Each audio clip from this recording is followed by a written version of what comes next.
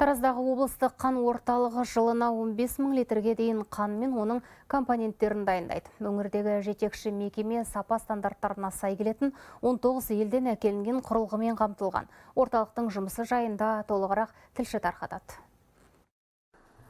Радулин Азатов 7 жылдан бері тұрақты донор. Ол алғаш жолдасы жол апатына түскен кезде қан орталығына барғанын айтады. Содан бері қай қалада тұрса да үздіксіз қан тапсырады. 3 жыл бұрын Астанадан қоныс аударған азамат бірден облыстық орталыққа келген. 2019-да Таразға келіп тіркеліп, содан бері бүгінге дейін 18 данасы жасадым. Менің ойымша адамдарға көмектесіп, мүмкін біреуінің өмірін сақтап алуға солай деп ойлаймын. Радулин секілді тұрақты донорлар көп. Мәселен, 10 айда 11 мыңға жуық тұрғын қан өткізуге өтініш берген. Соның нәтижесінде орталық 14.800 доза қан компонентін емханаларға жіберді. Жалпы облыстық қан орталығының 83 жылдық тарихы бар. 2011 жылы мекемеге медициналық көмек беру стандарттарына сай салынған жаңа ғимарат берілді. Бүгінде 26 аурухана мен 2 кардиохирургиялық клиника қан өнімдерін күнделікті қолданысқа алады.